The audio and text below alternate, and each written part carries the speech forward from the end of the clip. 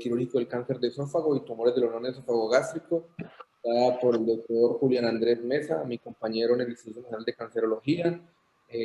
Julián es cirujano general de la Universidad del Cauca, cirujano oncólogo de la Universidad Militar y del Instituto Nacional de Cancerología, que labora en el Hospital Universitario San José, en Popayán y la Clínica La Estancia. Julián, muchas gracias por esta charla y bienvenido. Hola Alde, muy buenos días para todos. Muchísimas gracias por la invitación. Realmente para mí es muy importante que podamos tener este tipo de interacción entre la Universidad del Valle y la Universidad del Cauca y podamos ampliar nuestro panorama a nivel del suroccidente colombiano. Yo solo me queda agradecerles por la invitación porque para mí es muy importante estar con ustedes. Entonces, pues el tema de hoy pues es el manejo quirúrgico del cáncer de esófago y los tumores de la unión esófago-gástrica. Fíjate que no están pasando las diapositivas.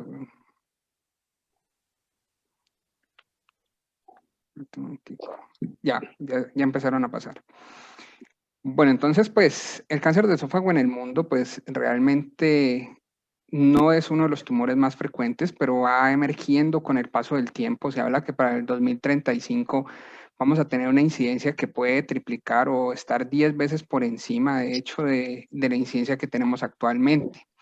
Entonces se hizo una reunión donde encontramos que el cáncer de esófago, pues el tipo más frecuente es el adenocarcinoma con un 62.4% y seguido del carcinoma escamocelular. Otro tipo de tumores son demasiado infrecuentes en el esófago. Bueno, hay que tener en cuenta que manejo quirúrgico del cáncer de esófago y esófago gástrico. La gran mayoría de tumores, cuando hacemos el diagnóstico, al momento del diagnóstico, tienen compromiso ganglionar, ¿sí? De diferente medida, más o menos 1/3 de los pacientes ya tener compromiso ganglionar al momento del diagnóstico. ¿Y esto en qué se va a ver reflejado? Pues en la supervivencia que tenemos, ¿sí? Hacemos diagnósticos en estadios más avanzados, ¿sí? En los cuales pues realmente la supervivencia se ve muy afectada, con una supervivencia en promedio a 5 años que puede ir del 25 al 35%. En Colombia, en el Instituto Nacional de Cancerología, que es nuestro centro de formación, pues miren ustedes cómo en un año que hicimos un estudio, ¿sí? Que hicimos el seguimiento de los pacientes con cáncer de esófago que llegaban a nuestra consulta, el 85% de estos pacientes se derivaban exclusivamente a terapia con quimio, radioterapia, y solamente un 15% de estos pacientes podían llegar a recibir algún tipo de manejo quirúrgico por nuestra parte. Rápidamente, de una manera muy corta, siempre tenemos que romper esta barrera, ¿no? No tenemos que esperar llegar hasta la displasia de alto grado para hacer algún tipo de intervención y disminuir así la tasa o la probabilidad de que aparezca un cáncer de esófago. Aquí vemos que pues más claves para que esto pase pues somos nosotros mismos, somos el personal médico. Miren ustedes cómo la enfermedad por reflujo gastroesofágico evoluciona a una metaplasia en un 10 al 15%. Esta metaplasia tiene un riesgo del 0.3% de llegar a cáncer, pero cuando vamos avanzando ya tenemos una displasia de bajo grado, tenemos una probabilidad del 0.5%, y en una displasia de alto grado ya tenemos un 7% de probabilidades de llegar a un cáncer. Entonces yo creo que aquí es donde tenemos que enfocar la medicina y tenemos que enfocar nuestra enseñanza, ¿no? En lo que es la promoción, la prevención y en lo que es la detección temprana, porque es la única forma que nosotros tenemos de cambiar la forma como llegan nuestros pacientes, tanto con cáncer de esófago como con cualquier otro tipo de cáncer. Algo breve rápidamente sobre el diagnóstico, pues entonces vamos a hablar de la esofagogastroendoscopia, que no tiene ninguna discusión. Sí, la endoscopia digestiva alta pues es nuestra arma rutinaria para llegar a hacer un diagnóstico adecuado, ¿sí? Nos permite ver la localización del tumor, nos permite ver exactamente, hacer un diagnóstico histopatológico, nos permite tomar muestras, nos permite hacerle el diagnóstico al paciente. A su vez también nos permite, o es un arma para hacer intervencionismo en nuestros pacientes, ¿sí? Podemos hacer disecciones endoscópicas, resecciones endoscópicas, y es un método por el cual nosotros podemos también paliar la situación de nuestros pacientes. Hay que tener en cuenta que un gran porcentaje de nuestros pacientes con cáncer de esófago debutan obstruidos, ¿sí? Son los pacientes que tienen obstrucción y que tenemos que algún tipo de manejo en estos pacientes, y realmente la primera opción siempre va a ser colocar un estente. Entonces, la quinceañera, uy, quinceañera entonces. Bueno, la ultrasonografía endoscópica es un examen que nos permite hacer un poco más preciso el diagnóstico tanto de la extensión del T como la extensión del N, ¿sí? Es mucho más útil en los pacientes con cáncer de esófago temprano para poder llegar y ver si son candidatos o no a hacer una resección endoscópica, y es muy importante para ver el compromiso ganglionar que estos tienen. La sensibilidad para detectar para hacer un diagnóstico del T es de más o menos el 81 al 92%, y la especificidad en este tipo de tumores pues es del 94 al 97%. Pero miren qué pasa, por ejemplo, acá. ¿Podemos caer en un sobrediagnóstico con este examen? Sí, podemos hacer un sobrediagnóstico si lo comparamos con los hallazgos que tenemos tomográficos y los hallazgos que tenemos por patología, ¿ya? Pero es muy importante para hacer un diagnóstico del N, sobre todo en este tipo de pacientes. Y este es un tema en discusión en el cual nos preguntamos que si es necesario a todos los pacientes con cáncer de esófago hacer un PET scan. Las guías lo nombran, la guía NCCN y la guía ESMO nombran en la tomografía el PET scan como un examen en el cual debemos hacer para el cáncer de esófago, y creo yo que una de las partes donde se documenta, donde se puede fortalecer o donde se sustenta este hallazgo es que prácticamente nos permite excluir un 25% de los pacientes que creíamos quirúrgicos por medio de la tomografía por PET scan, llegamos a decir que no son quirúrgicos. Y otra cosa muy importante que se ha venido hablando es pues para hablar de una terapia dirigida por PET, que simplemente es dirigir los esfuerzos quimioterapéuticos y radioterapia según los hallazgos de la tomografía por emisión de positrones. El esofagograma pues es un examen mucho más antiguo, pero nos sirve también para ver la localización, la extensión de la enfermedad y el grado de compromiso o la extensión del compromiso que este tiene a nivel del esófago. Entonces, ahora sí podemos hablar algo de opciones del tratamiento. Antes, como todo, la medicina ha venido evolucionando, ¿sí? Y antes el paciente que no se operaba, pues no se podía hacer nada más. Posteriormente pasamos a tener opciones de quimioterapia, a tener opciones de radioterapia, y en la actualidad pues se ha ampliado mucho más este margen y esta gran cantidad de opciones que tenemos para el manejo de nuestros pacientes. Entonces tenemos manejos endoscópicos, tenemos la cirugía, que es de lo que vamos a hablar a continuación, las terapias ablativas, la quimioterapia, la radioterapia, la terapia multimodal, que simplemente, llanamente es la sumatoria de muchas de las anteriores, ¿sí? Y la terapia paliativa con los stents. Hay que tener en cuenta que la cosa más importante, la situación más importante es saber qué vamos a hacer con nuestro paciente y cómo lo vamos a seleccionar, ¿listo? Entonces, las preguntas al operar que tenemos que hacernos es lo siguiente. ¿Qué tan radicales tenemos que ser para manejar a nuestros pacientes? ¿Sí? ¿Cuáles son los bordes de resección que tenemos que dejar en estos pacientes? ¿Y cuál es el tipo y la extensión de la resección ganglionar? ¿Y cuál es el tipo de cirugía que le vamos a ofrecer? Para hablar de una manera muy corta, porque no es nuestro objetivo de esta charla, nos demoraríamos muchísimo tratando de cubrir todo esto, pero definitivamente la neoadjuvancia nos cambió el panorama, ¿no? La neoadjuvancia con diferentes esquemas de quimio-radioterapia. Inicialmente se empezó con quimioterapia sola y posteriormente pasamos a tener terapia multimodal con quimio y radioterapia, en la cual pues, lo que ha tenido el impacto muy importante es en la supervivencia de los pacientes y en la resecabilidad de algunos de los pacientes, ¿sí? Aunque hay que tener en cuenta que, como vamos a ver más adelante, pues esa gran resecabilidad que nosotros esperábamos, pues tampoco es que sea supremamente alta como lo creeríamos, pero pues tenemos muchas formas ahorita y con la neoadjuvancia pues nos hemos venido amparando y hemos tenido mejores resultados que previamente solamente con la cirugía. Este pues es el estudio CROSS, que es el estudio clásico que habla de la neoadjuvancia en cáncer de esófago y unión esofagogástrica, en el cual pues se hace cirugía con quimioradioterapia y posteriormente cirugía.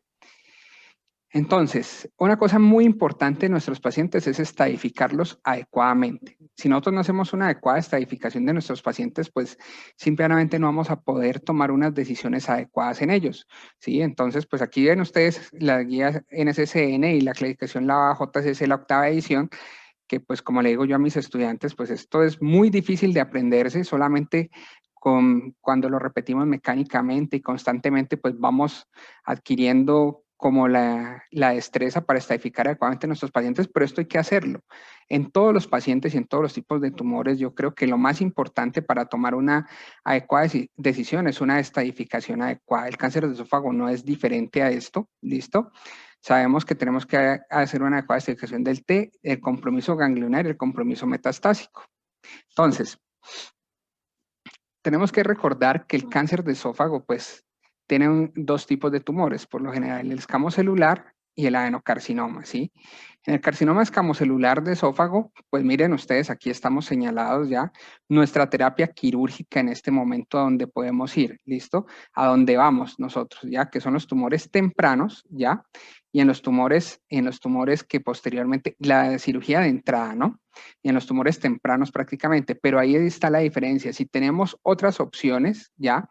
Que nos ahorran la esofagectomía, pues ¿por qué llevar a un paciente una esofagectomía si tenemos mejores resultados? O sea que prácticamente de entrada estamos siendo desplazados en el manejo quirúrgico del cáncer de esófago para hacer una cirugía sin neoayudancia, ¿listo?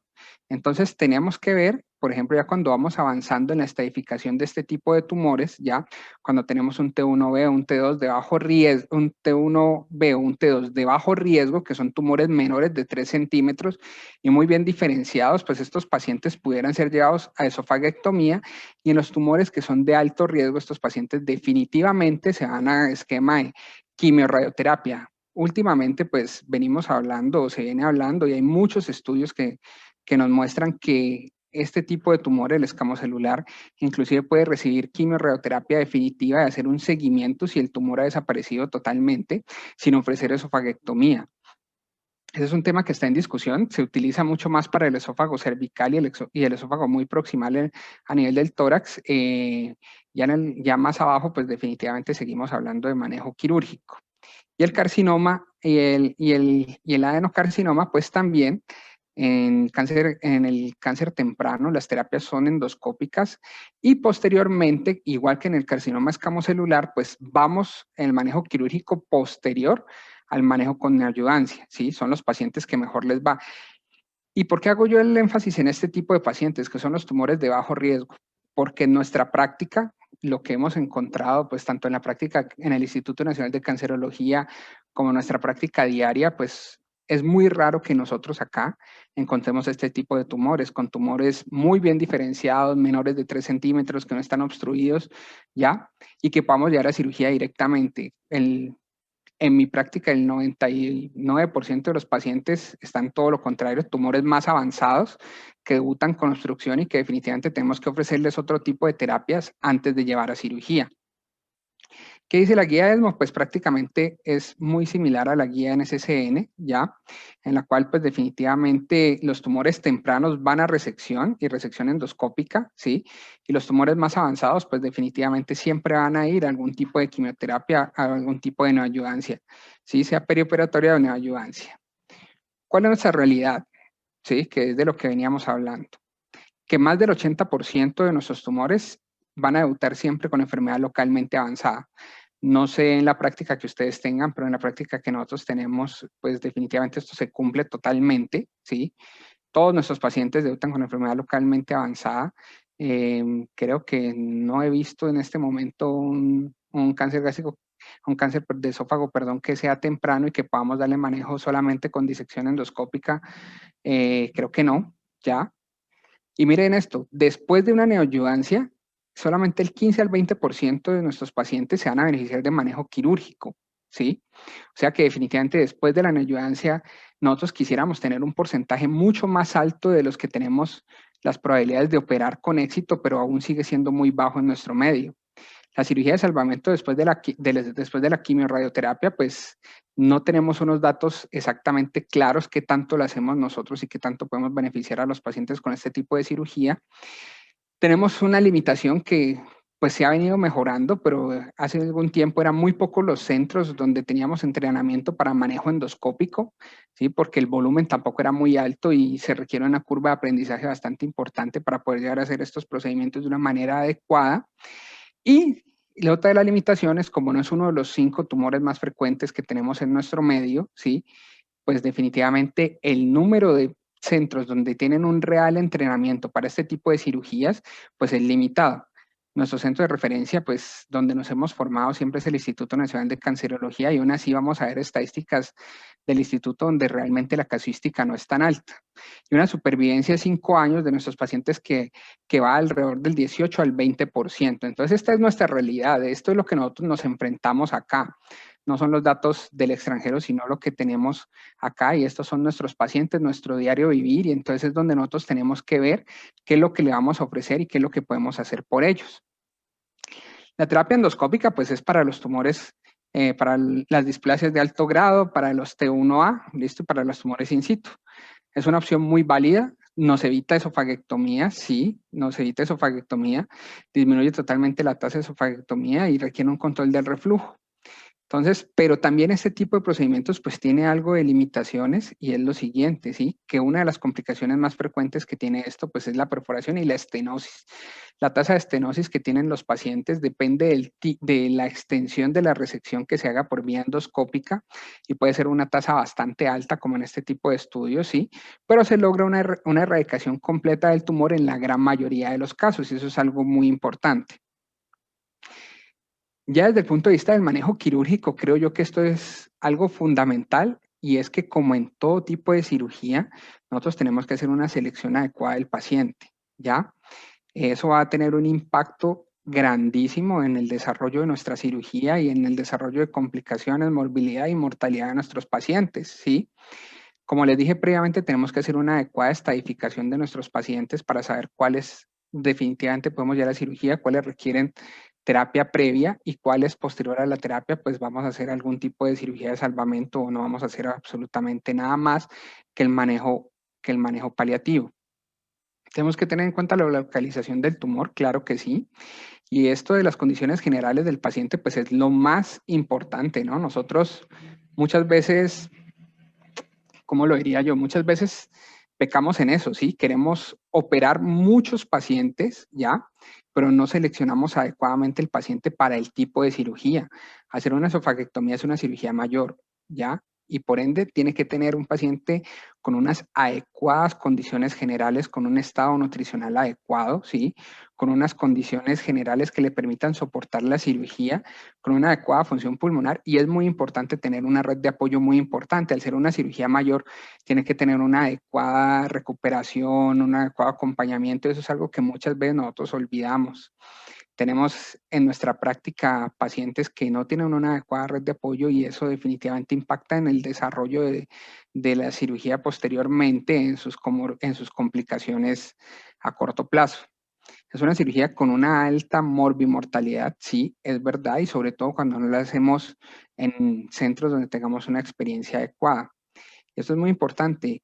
Hay estudios que muestran que en los pacientes mayores de 80 años, llevar a cirugía con una cirugía tan grande tiene un impacto muy importante en la calidad de vida, y realmente no tiene una gran diferencia entre dar tratamientos exclusivos sin cirugía, ¿ya? Entonces eso hay que tenerlo en cuenta, porque pues una de las metas que nosotros debemos tener cuando operamos a un paciente es mejorarle sus condiciones, y si no las podemos mejorar, por lo menos no empeorarlas, ¿sí? Entonces siempre tenemos que tener en cuenta esto, ¿ya? Seleccionar adecuadamente a nuestro paciente, porque eso es fundamental para el desarrollo de las complicaciones que podemos tener. Suena un poquito sencillo, pero creo que tenemos personal en entrenamiento, en formación, y hay que saber los tipos de esofaguectomía, ¿sí? O las vías de abordaje. Tenemos 3 vías de abordaje.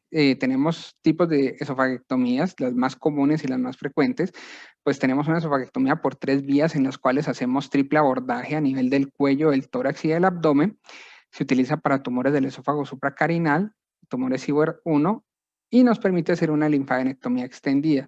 El abordaje, pues como todas las discusiones que podemos tener, se puede hacer abordaje abierto, mínimamente invasivo, o abordaje híbrido. Por 2 vías, ¿sí? Que es la esofaguectomía de Ivor, que prácticamente la utilizamos para tumores IWAR1 y IWAR2, tumores del esófago supra e infracarinal, con linfadenectomías convencionales, o podemos hacer linfadenectomías extendidas, y el tipo de abordaje también lo podemos hacer por vía abierta, todo híbrido o mínimamente invasivo. Y la transdiatal, pues también es otro tipo de esofaguectomía que lo utilizamos para hacer en CIWAR2, en CIWAR3, nos permite hacer una linfadenectomía convencional, y el abordaje se puede hacer por vía abierta o mínimamente invasivo. La cirugía en el esófago cervical, pues definitivamente, como lo vemos aquí en la imagen, pues la tenemos que rechazar, ¿sí? O sea, ofrecerle cirugía en este momento a un paciente que tiene un tumor del esófago cervical, pues simplemente es aumentar la morbimortalidad de estos pacientes, ¿sí? Para eso, hacemos lo siguiente, le damos terapia multimodal con quimio-radioterapia, que tiene mejores tasas de supervivencia y tiene mejores resultados en nuestros pacientes desde el punto de vista de calidad de vida, ¿sí? ¿Por qué no lo hacemos? Porque son cirugías supremamente complejas, muy desagradecidas, ¿ya? ¿Por qué? Porque el impacto en la calidad de vida es muy grande. Tenemos que hacer unas laringoesofagectomía, dejamos al paciente con traqueostomía permanente, dejamos al paciente muchas veces sin cómo alimentarse de una manera adecuada, lo dejamos deteriorado, ¿sí? Y afecta permanentemente la calidad de vida. La supervivencia de 5 años con cirugía, pues miren ustedes cómo es mucho menor, que va del 12 al 27%, comparado cuando damos terapia con solamente radioterapia, que va del 15 al 32%, y con quimio-radioterapia, que es lo que utilizamos actualmente, donde las supervivencias pueden ir del 40 al 55% a 5 años. Entonces, pues definitivamente la cirugía en el esófago cervical, pues creo yo que no tiene una cabida importante en este momento. Creo yo que tenemos que tener muy en cuenta esto, ofrecerle al paciente lo que mejor le va a dar resultado en supervivencia y con menor deterioro de su calidad de vida. La cirugía en el esófago torácico, entonces aquí tenemos que hacernos varias preguntas, ¿ya? Tenemos que ver si el esófago si el tumor está en el esófago a nivel supracarinal o infracarinal, qué tipo de abordaje vamos a hacer, si es un abordaje transdietal o transtorácico, qué tipo de disección ganglionar vamos a hacer, si es una disección convencional versus una disección extendida, si vamos a hacer una anastomosis en el tórax o en el cuello, y qué tipo de abordaje vamos a hacer. Si es una cirugía abierta, si es una cirugía híbrida o si es una cirugía totalmente mínimamente invasiva. Y hay que tener en cuenta esto, ¿sí? Que el esófago ya no tiene serosa y entonces el esófago tiende fácilmente, los tumores del esófago tienden fácilmente a adherirse a otras estructuras, el pericardio, la pleura, ¿sí? Entonces, pues definitivamente nos hace que sean cirugías bastante complejas, ¿ya? Y por eso es que muchas veces, aunque damos neoadjuvancia, la gran cantidad de pacientes que no se pueden operar es superior a la cantidad de pacientes que podemos terminar operando, ¿ya? Entonces, en el esófago supracarinal, 3 vías, ¿sí? Y en el esófago distal o cardial se puede hacer por abordaje transdietal o transtorácico. Esto es súper importante. Nosotros, como en todo tipo de cirugía oncológica, no debemos perder la radicalidad de nuestra cirugía, ¿sí? Tenemos que pensar que tenemos que hacerlo, nuestro resultado tiene que ser lo mejor oncológicamente posible, ¿sí? ¿Para qué? Para tener un mejor impacto en la supervivencia de nuestros pacientes. Las cirugías no oncológicas, pues aunque logran mejorar algún tipo de síntoma, pues no tienen los mejores resultados desde el punto de vista oncológico, no tienen un buen impacto en la supervivencia. Entonces creo yo que siempre tenemos que tratar de ser lo más oncológicos posibles, o definitivamente tenemos que ser oncológicos, ¿ya?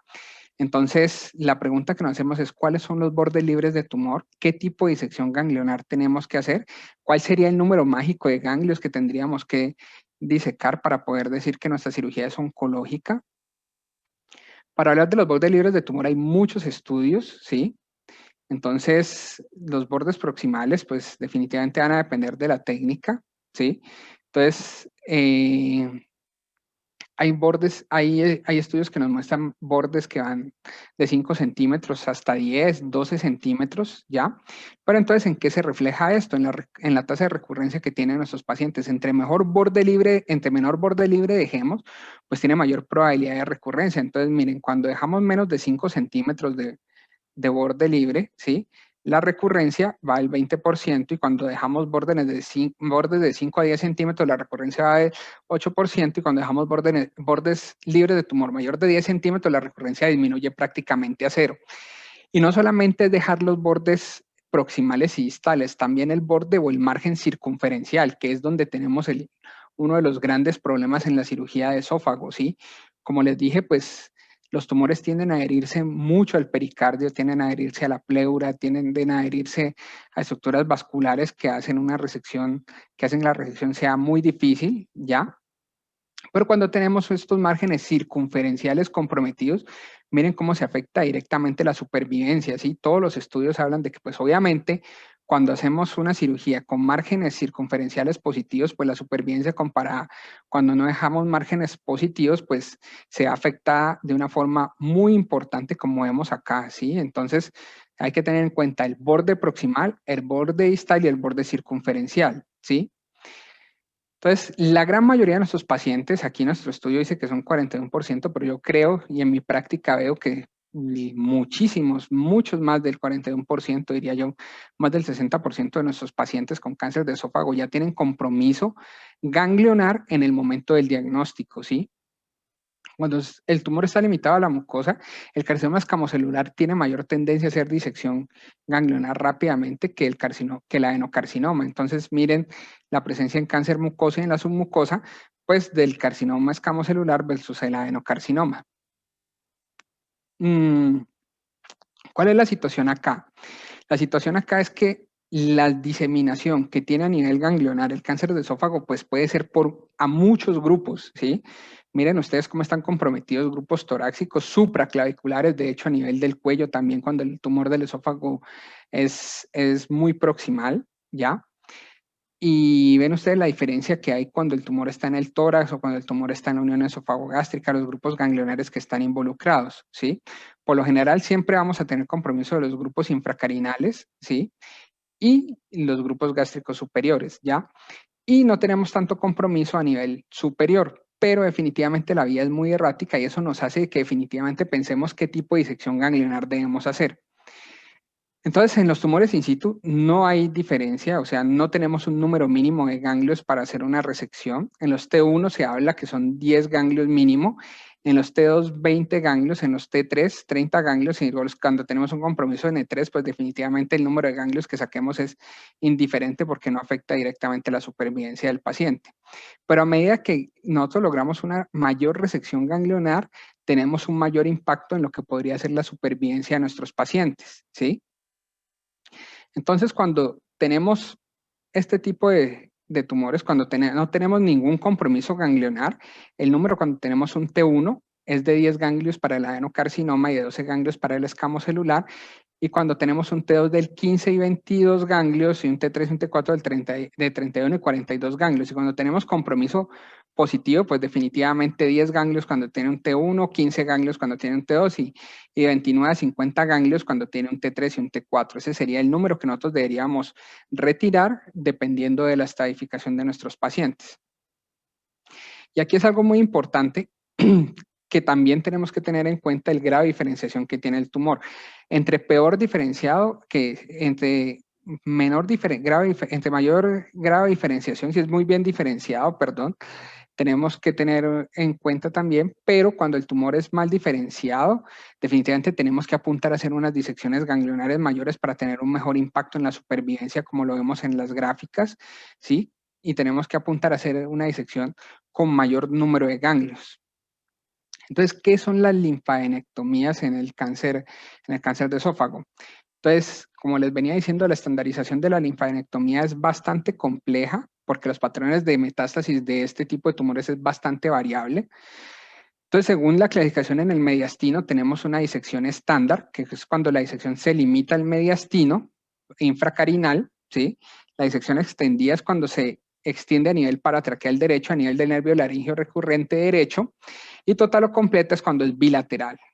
Lo podemos hacer de 3 campos, cuando la linfadenectomía se extiende a nivel cervical, bilateral, mediastinal y del abdomen superior, que por lo general es para tumores supracarinales, ¿ya? Y hay algunos adenocarcinomas que pueden llegar a tener un compromiso del 10 al 25% a nivel supracarinal. Entonces aquí podemos ver en la gráfica, esta es una linfadenectomía convencional donde lo que hacemos es la disección de todos estos grupos infracarinales. La segunda disección, que es cuando hacemos la disección solamente del lado derecho, del nervio laringeo recurrente derecho, perdón, y a nivel paratraqueal derecho, y la extendida o completa cuando tenemos la disección bilateral, ¿sí? Entonces, para tumores superiores, las 3 vías definitivamente pues sería la mejor opción para ofrecer a nuestros pacientes, ya la mejor disección que podríamos ofrecer, ganglionar que podríamos ofrecer a nuestros pacientes y tiene impacto en la supervivencia, como lo vemos acá, ya. Y cuando tenemos el tumor infracarinal, pues definitivamente las 2 vías creo yo que sería la mejor forma de hacer la disección. Entonces, miren ustedes en este estudio, ya, cómo hacer una disección tan amplia, tan extendida, retirando una gran cantidad de ganglios, preocupándonos para hacer unas disecciones extremadamente ganglios, pues definitivamente no tiene el impacto tan grande en la supervivencia que nosotros pudiéramos esperar comparando con hacer resecciones o disecciones menores. Miren que la supervivencia de 5 años, pues definitivamente pues, es muy similar y no hay diferencias estadísticamente significativas, o sea que yo creo que hacer una disección de 2 vías, pues es una de las formas más adecuadas de hacer una disección ganglionar y teniendo en cuenta el número de ganglios según la estadificación de nuestros pacientes, ¿ya? Hacer el manejo transtorácico o transdiatal en los pacientes con cáncer de esófago torácico, pues definitivamente la única diferencia que tenemos nosotros es que a nivel transdiatal o transtorácico, pues cuando lo comparamos el transtorácico, pues tiene mayor morbilidad, mayor número de complicaciones ventilatorias comparado con el transdiatal. Y cuando vemos ya un poco más a profundidad, pues definitivamente hay algo de mejoría en la supervivencia en los pacientes con abordaje transtorácico versus transdiatal, sí, pero sin diferencias estadísticamente significativas. Entonces, pues definitivamente yo creo que ¿qué nos permite hacer el abordaje transtorácico? En nuestro caso, ¿ya? Pues nos ha ido un poco mejor, o el sangrado es un poco menor cuando hacemos un abordaje transtorácico que cuando hacemos un abordaje transdiatal, y nos permite identificar un poco más adecuadamente las estructuras, y en mi parte creo que la anastomosis me ha sido un poco más segura, ¿sí? Cirugía abierta versus mínimamente invasiva, pues definitivamente yo creo que esta discusión hace un tiempo ya se viene solucionando y creo yo que no es el punto ya la discutir si hacemos un tipo de abordaje abierto o mínimamente invasivo, sino básicamente el tipo de paciente que vamos a someter y cómo lo vamos a hacer y en dónde lo vamos a hacer para poder obtener los mejores resultados, ¿ya? Entonces las ventajas pues, son las mismas que cualquier tipo de cirugía laparoscópica, una recuperación más rápida, menor sangrado, menores días de estancia en cuidado intensivo, un retorno más rápido a sus actividades, unos resultados oncológicos similares que se han medido a 3 años y a 5 años. Y hay algo muy importante, es la curva de aprendizaje. De 30 a 60 procedimientos es un número en el cual se ha venido hablando de que es como adquirir la curva para la cirugía mínimamente invasiva. No es lo mismo que yo en este momento que no tengo una casuística alta de cáncer de esófago, ¿sí? De hecho, que no tengo un número alto de pacientes operados por cáncer de esófago abierto, ni siquiera me ponga a hacer rápidamente cirugía mínimamente invasiva, ¿sí? Cirugía robótica o cirugía laparoscópica o toracoscópica en el cual no tengo entrenamiento, ¿sí? Que una persona que sí lo tiene, que ya adquirió la curva, los resultados pues obviamente van a ser mucho mejores y ahí es donde sacrificamos las técnicas, cuando nos ponemos a hacer algo para lo cual no estamos entrenados, ¿sí? Entonces, pues definitivamente cuando comparamos técnicas abiertas versus técnicas mínimamente invasivas, en lo que mejor nos va es que podemos tener una adecuada visión, ¿sí? La visión es mucho mejor en cirugía laparoscópica o en cirugía mínimamente invasiva, perdón, o toracoscópica, ¿sí? Una identificación adecuada de las estructuras, tenemos una mejor visión tridimensional de la cavidad. Aquí vemos un abordaje lateral, pero también se puede hacer en prono para la cirugía del cáncer de esófago. Y esto es muy importante, como les estaba diciendo, la curva y la experiencia son lo más importante para definir el tipo de cirugía, si lo hacemos abierto o laparoscópico, ¿sí? Bueno, entonces, a medida que hacemos más cirugías, gastamos menos tiempo, ¿sí? Y a medida que hacemos más cirugías, aumentamos la cosecha ganglionar, ¿ya? O sea que definitivamente la curva de entrenamiento la tenemos que desarrollar, ¿sí? Tenemos que empezar a hacerla en algún momento y a medida que la vamos logrando, vamos obteniendo mejores resultados y menores complicaciones, ¿ya? Las complicaciones en cirugía mínimamente invasiva pues son similares a la cirugía abierta, tanto en fístulas, ¿ya? Y lo único que tiene diferencia es que tiene menores complicaciones respiratorias la cirugía mínimamente invasiva comparada con la cirugía abierta. Entonces, si todavía no tenemos la capacidad de hacerlo totalmente mínimamente invasivo, tenemos la opción de hacer una cirugía híbrida. Con el doctor Bernardo Borraes, que es uno de mis compañeros y colegas del Instituto Nacional de Cancerología, discutíamos este tema y hablábamos de la esofagectomía híbrida. A él le gusta hacer el abordaje híbrido, ¿sí?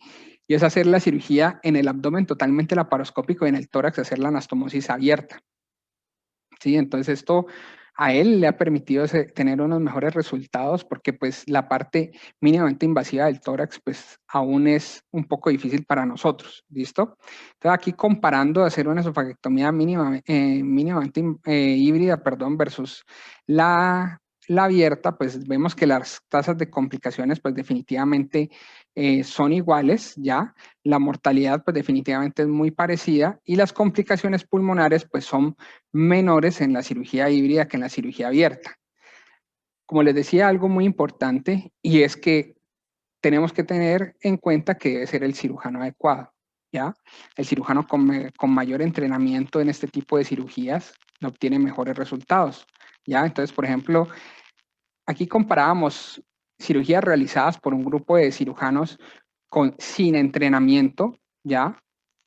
En cirugía oncológica comparado con cirujanos con entrenamiento en cirugía oncológica, cirugía gastrointestinal o cirugía oncológica, y vemos que la relación y la cosecha ganglionar siempre va a ser mayor y el número de márgenes o de bordes positivos pues siempre va a ser menor. Entonces siempre tenemos que ofrecerle que sea el mejor, el cirujano con mayor entrenamiento y en el lugar adecuado. Definitivamente sea cirugía abierta o sea cirugía mínimamente invasiva, pues cuando tenemos sitios como el nuestro, que son de muy bajo volumen, pues nos exponemos a que la tasa de mortalidad y de complicaciones y de morbilidad, pues definitivamente sea mayor. ¿Por qué? Porque no tenemos todo el tiempo la exposición a este tipo de procedimientos, ¿ya? Entonces miren cómo las tasas de mortalidad en centros de muy bajo volumen pueden ir hasta el 18 o 20%, comparado con sitios donde realmente son de alto volumen, que la mortalidad baja a un 4.9 a un 4%, ¿sí? Entonces, la mortalidad a 30 días también cuando estamos en sitios de alto volumen baja supremamente de una forma bastante importante comparado con sitios de bajo volumen, y la mortalidad intrahospitalaria pues igual, o sea que pues definitivamente tenemos que tener en cuenta esto, ¿no? Que este tipo de cirugías son para hacer en un sitio donde pues definitivamente tengamos un volumen adecuado, una casuística adecuada y un grupo totalmente preparado para este tipo de procedimientos. Entonces, ¿cómo nos va a nosotros? Miren, este es el estudio de mis compañeros del Instituto Nacional de Cancerología y de nuestros profesores, ¿ya? Entonces, en el cual 216 pacientes, desde enero del 2012 a diciembre del 2016, y ellos, de esos 216, solamente 30 pudieron ser llevados a cirugía con éxito, ¿sí? La mortalidad a 90 días fue del 6.7%, ¿ya? Uno con abordaje por 3 vías, y otro con abordaje toracoabdominal mínimamente invasivo, o sea, por 2 vías, ¿sí? El tumor más frecuente fue el adenocarcinoma comparado con el escamo celular, y ahí hicieron una resección de un melanoma, con un 56% de complicaciones globales, con un 30% de fugas anastomóticas, ¿ya? 7 con anastomosis cervicales y una con una anastomosis torácica. Entonces hay que tener en cuenta esto, mire, que a pesar que el Instituto Nacional de Cancerología es nuestro sitio de referencia, no es un sitio de alto volumen para cáncer de esófago tampoco, y ahí podemos ver que por eso tenemos unas tasas de mortalidad, de morbilidad y de complicaciones que son muy altas, y es donde podemos ver y nos podemos medir nosotros. Si ustedes me preguntan en este momento cuántas esofagectomías completas hemos hecho acá en Popayán, pues definitivamente no hemos hecho ninguna. Esófago-gastrectomía sí hemos hecho, listo, pero eso nos hace entender que pues definitivamente no somos unos centros de alto volumen. Y ya hablando de los tumores de la unión esofagogástrica, pues definitivamente aquí hablando de nuestro compañero y colega, pues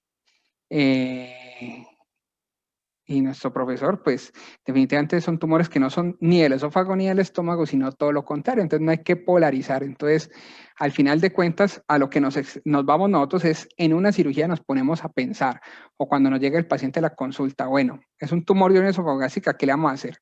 Esofaguectomía, le vamos a hacer gastrectomía o le vamos a hacer esófago-gastrectomía, y ponemos a dudar y ponemos a ver y nos ponemos a patinar en el asunto de ver qué es lo que le vamos a ofrecer a nuestros pacientes. Entonces hay que tener en cuenta la clasificación de Siwer, que es la clasificación de los tumores de la unión esófago-gástrica, donde el Siwer 1 tiene un epicentro del tumor, y esto es muy importante que el endoscopista nos lo diga, no es hacia dónde más va el tumor, sino dónde está el epicentro del tumor, que va entre los 1 y los 5 centímetros por encima de la unión esófago-gástrica. De ellos el 80% son asociados con esófago de Barrett, ¿sí? El Siwer tipo 1 es mayor en el género masculino que en el femenino, tiene frecuentemente metaplasia intestinal, y el porcentaje de ganglios positivos en el momento del diagnóstico es más o menos el 50% de los pacientes. El Siwer 2, el epicentro de los tumores está entre 1 centímetro y 2 centímetros por debajo de la unión esófago-gástrica. Estos Siwer 1 son los tumores esofágicos claros, ¿sí? Estos Siwer 2 son los tumores que nos ponen a pensar y nos ponen a ver qué vamos a hacer, ¿listo? Y los Siwer 3, que son los tumores netamente gástricos. Pero aquí es muy importante tener en cuenta el número o la cantidad de ganglios positivos al momento del diagnóstico. Entonces miren que más o menos el 60 al 70% de los tumores con Siwer 2 al momento del diagnóstico ya tienen compromiso ganglionar, y el 80% de los Siwer 3 tienen compromiso ganglionar al momento del diagnóstico, ¿sí? Los Siwer 3 son tumores con epicentro entre los 2 y 5 centímetros por debajo de la unión esófago-gástrica, y están muy raramente están asociados con el esófago de Barrett. ¿Listo? Ya hablando de la disección ganglionar o viendo el compromiso ganglionar de este tipo de pacientes, ya cuando estamos un poco por encima de la unión esófago-gástrica, los grupos que más nos vamos a ver comprometidos, pues definitivamente con un porcentaje muy alto, son los grupos cardiales, ya, con un grupo moderado son son los ganglios que están en el grupo del tronco celíaco, en la esplénica, ¿listo? Y muy bajo más para arriba, ¿sí? O sea, comparado con el esófago, que tenía mayor compromiso a nivel de los ganglios superiores o a nivel de los ganglios supracarinales, pues definitivamente aquí es mucho más bajo. Y cuando tenemos el tumor ya un poco más hacia la parte gástrica, pues el compromiso ganglionar es netamente más tirando hacia la parte gástrica que hacia la parte torácica. Entonces, también, ¿qué le vamos a hacer? Le vamos a hacer un abordaje toracoabdominal, le vamos a hacer un abordaje extendido transdiatal. Entonces, pues definitivamente se revisaron, se hizo una revisión sistemática de la literatura, y en los pacientes con tumores Siwer 2 no hay diferencias estadísticamente significativas cuando los tumores son menores de 4 centímetros en hacer un abordaje toracoabdominal versus transdiatal, ¿sí? Entonces, tenemos la misma cantidad o un porcentaje muy parecido de ganglios resecados, igual cantidad de cirugías R0 y igual cantidad de complicaciones. Aquí lo podemos ver claramente como el número de ganglios resecados en la gran mayoría de estudios es muy similar, ¿sí? O sea, por las dos vías podemos hacer una disección ganglionar de una manera adecuada para este tipo de cirugía. Hacemos unas resecciones R0, que es lo que buscamos en todos nuestros pacientes en los dos tipos de abordaje, y la morbilidad posoperatoria está dado mayor por complicaciones pulmonares cuando hacemos abordaje toracoabdominal, ¿sí? Y la mortalidad a 5 días y la supervivencia, pues definitivamente, la mortalidad a 30 días y la supervivencia, tanto en abordaje transtorácico como transdiatal, pues es definitivamente la misma. ¿Cómo vamos nosotros en tumores de la unión esofagástica? Esto no está publicado todavía, es un esfuerzo que estamos haciendo también en el Instituto Nacional de Cancerología, ¿sí? Hicimos una revisión en los pacientes que van desde enero del 2012 a marzo del 2017, 60 pacientes, ¿ya? La gran mayoría de nuestros pacientes eran Siwer 2 y Siwer 3, ¿ya? Y miren esto, teníamos márgenes positivos en 10 de nuestros pacientes. 9 de estos pacientes le hicimos abordaje transdiatal, y solamente uno de los pacientes tenía un abordaje por vía toracoabdominal. Entonces ahí nos pusimos a pensar y estamos haciendo el análisis de qué pudo pasar en estos pacientes y por qué nuestro abordaje transdiatal tiene mayor tasa de márgenes positivos comparado con la toracoabdominal. Las complicaciones exactamente iguales y el promedio de ganglios, pues, que nosotros resecamos o que se resecaron allá en el instituto es de más o menos 20 ganglios. Ya para concluir, ¿qué tenemos que llevarnos a casa? Pues que definitivamente no ahora, pero sí más adelante nos vamos a enfrentar a un aumento muy progresivo en el cáncer de esófago, la esofaguectomía de 3 vías en el esófago superior, 2 vías en tumores 2 o 3 vías en tumores del esófago inferior. La radicalidad es súper importante, márgenes proximales de 5 a 10 centímetros y distales de 5 centímetros.